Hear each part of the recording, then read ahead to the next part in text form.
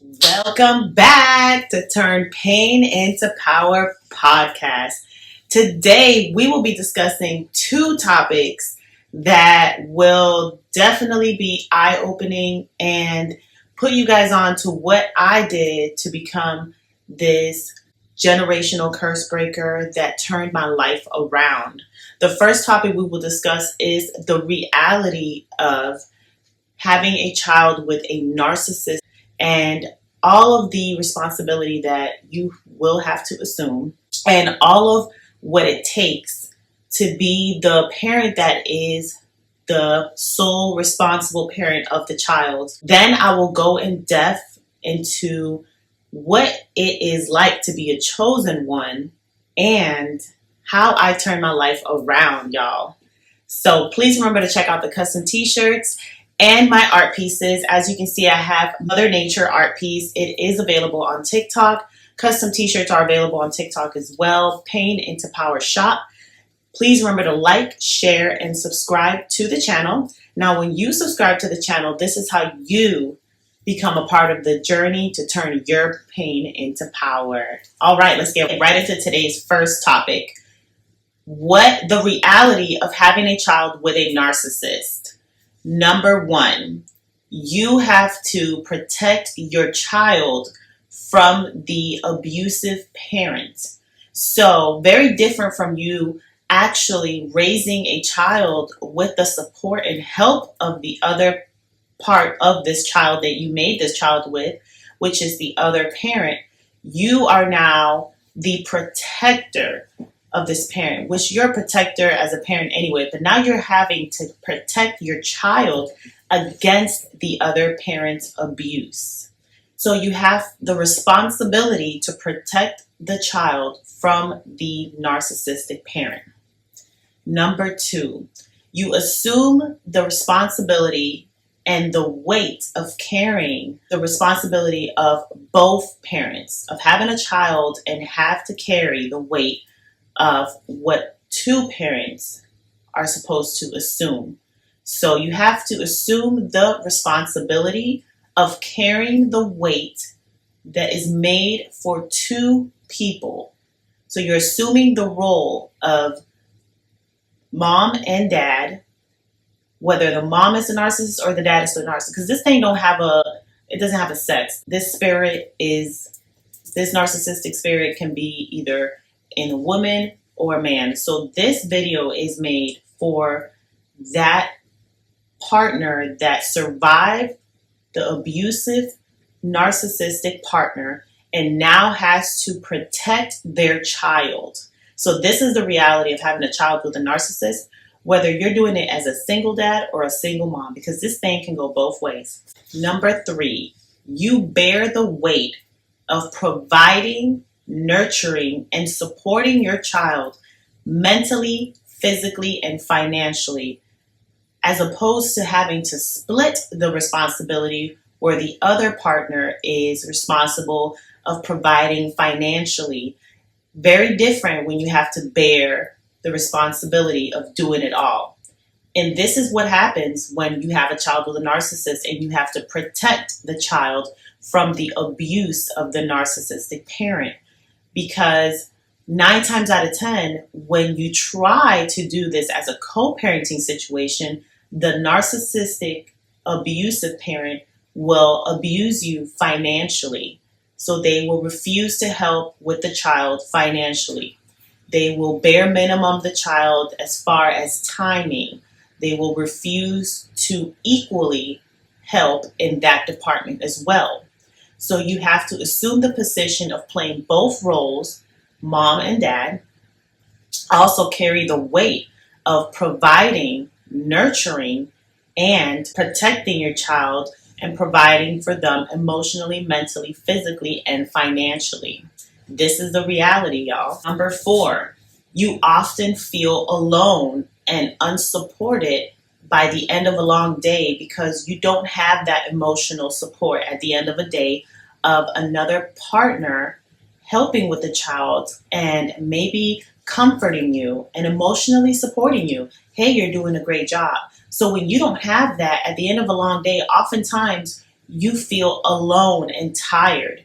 And I believe that a lot of people that are doing the single parenting, this kind of makes them bitter.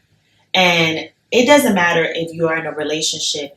This is more so helping with the child, having that emotional support from the other partner. Because even if you're in a relationship and you're happily in a relationship, that child is not from that partner that you're with in a relationship with. So 9 times out of 10, you're not going to put off that responsibility on that person you're in a relationship with right off the bat. Now, in due time, in a healthy relationship, the person that you're in a relationship will definitely feel the need to support you emotionally and be there for you and the child. But this is more so for the people that are going through this, having a child with a narcissistic parent, that have to protect their child because God forbid you're going to allow that abuse to even touch your child, to affect your child. So assuming that responsibility and assuming the position and having to cope with all of this alone. And at the end of the day, you are bearing all of the weight and responsibility. So oftentimes you will feel alone because you don't have that other partner there to emotionally support you. Number 5, you often feel the void and you feel saddened that your child will feel that void of not having that other parent, feeling the void of either not having the mom or the dad present because of their abusive ways, because of their mental and emotional instability. But in the same sentence, even if you feel that void and you feel saddened that your child at some point will realize that there is a missing piece to that puzzle, you feel comfort that at least they will not have to go through that abuse, that at least that other partner won't affect your child emotionally, mentally, or physically with their abusive narcissism. And lastly, although you are exhausted of having to pick up the workload all on your shoulders, at least you know that your child won't have to go through the trauma that a narcissistic abusive parent will cause on your child emotionally, mentally, and physically. So although you are exhausted of having to carry all the weight of the heavy workload that you can't depend on the irresponsible abusive parent to take equal part in, being tired is better than having to watch your child be abused by the narcissistic parent. So you see, it's like a double-edged sword. And to be honest, any parent out here that is surviving from any abuse from their other partner or from family or from friends, there is comfort in knowing that it will not affect your child when you assume the position and bear the weight, regardless of you not having a village, regardless of you not having the help and support from the other parent. At least your child won't have to go through that abuse. And at least you will not be extending that abusive cycle in your lineage. And this actually goes right into the next topic of what it means to be a generational curse breaker, what it means to live the life of a chosen one, and what I did to change my life. So please remember to like, share, and subscribe to the channel. Now, when you subscribe to the channel, this is how you start your journey on turning your pain into power. And remember to check out the custom t-shirts and the art pieces. As you see here, we have Mother Nature, which goes right along with the topic we're discussing today, available on TikTok, Pain into Power Shop. And I will be showcasing all of my art pieces on live on TikTok. I will be showcasing daily, and I hope to see you there. So let's go ahead and hop into the next topic. So I know y'all want to know how I did it. How is a chosen one able to break these generational curses? How was I able to turn my life around and not only survive the abuse, but turn that pain into power, which prompted me to start this very powerful movement. So number 1 is the power of transmuting energy. Y'all, when you are raised with abusive parents in an abusive environment and have trauma, have childhood trauma, The importance of transmuting energy is vital to your growth and success. Yes, y'all. And I'm talking about somebody throws you rejection, somebody throws you hate, somebody throws you low down vibrations, negative energy, and you are able to look at it, not take it in, and transmute that energy and turn it into power. This right here will save you. And this is the life of a chosen one. A chosen one is not one that has an easy path. 10 times out of 10, a chosen one is one that has been put through the dirt.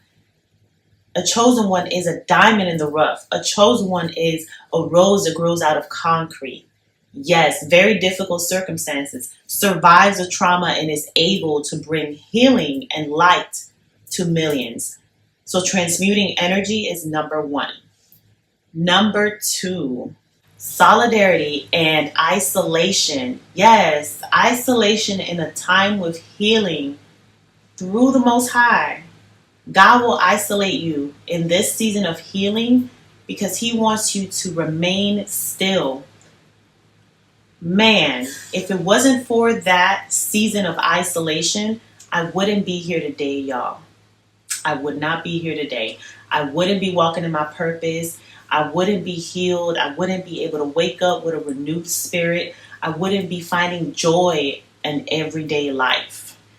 I wouldn't be my higher self to be able to break those generational curses and not let them live through my lineage. Because they don't live through my parents' lineage, which affected me, but they're not going to affect my children. So being able to be obedient and really soak it in and dig deep in that season of isolation so that God can heal you. This is number two, y'all. And this is something that really changed my perspective on life. Really did. And it not only healed me, but it changed me. It like changed modes from growing up in survival mode and living in half of my adult life, or less than half of my adult life, all of my 20s, half of my 30s. Yes, in survival mode. So switching gears from survival mode, that takes healing. That takes time. And in that season of stillness, this is a time that God's going to use to build you up, change that foundation, that rocky foundation where you were living out of survival so that you can walk into your purpose. Number three, being very watchful of who you share your energy with. Remember, your light attracts people that are in darkness. So when you are able to really have discernment on who you want to share your energy with, well, that is a game changer. And it will save you from heartbreak. It will save you from in other people's chaos. It will save you from intaking negative, low vibrations. And it will protect your energy. Most importantly, protect your energy. Number four, trusting God's divine timing. Yes, y'all, being patient and staying faithful during hard times. You know what I mean? Hard times may come, a couple months may come, your finances may not be looking how they need to be looking. Baby, when you have faith and trust in God's divine timing, you do not lose faith during those times.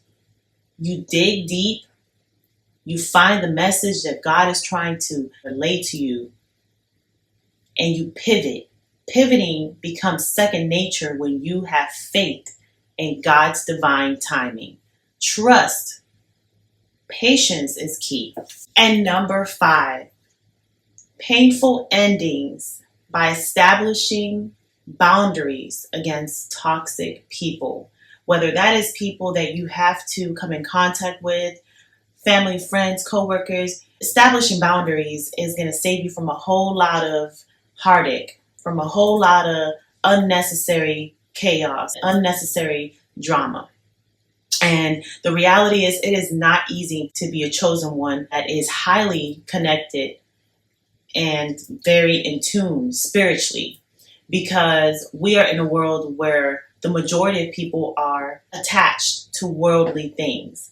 And, a lot of people are not even aware of the energy. Some people are not even conscious of the energy that they have and that they communicate with others. Some people are still living out of survival, and they are just operating in an automatic type of gear where whatever they learned in their childhood and stemming from their childhood trauma is exactly how they operate in the world.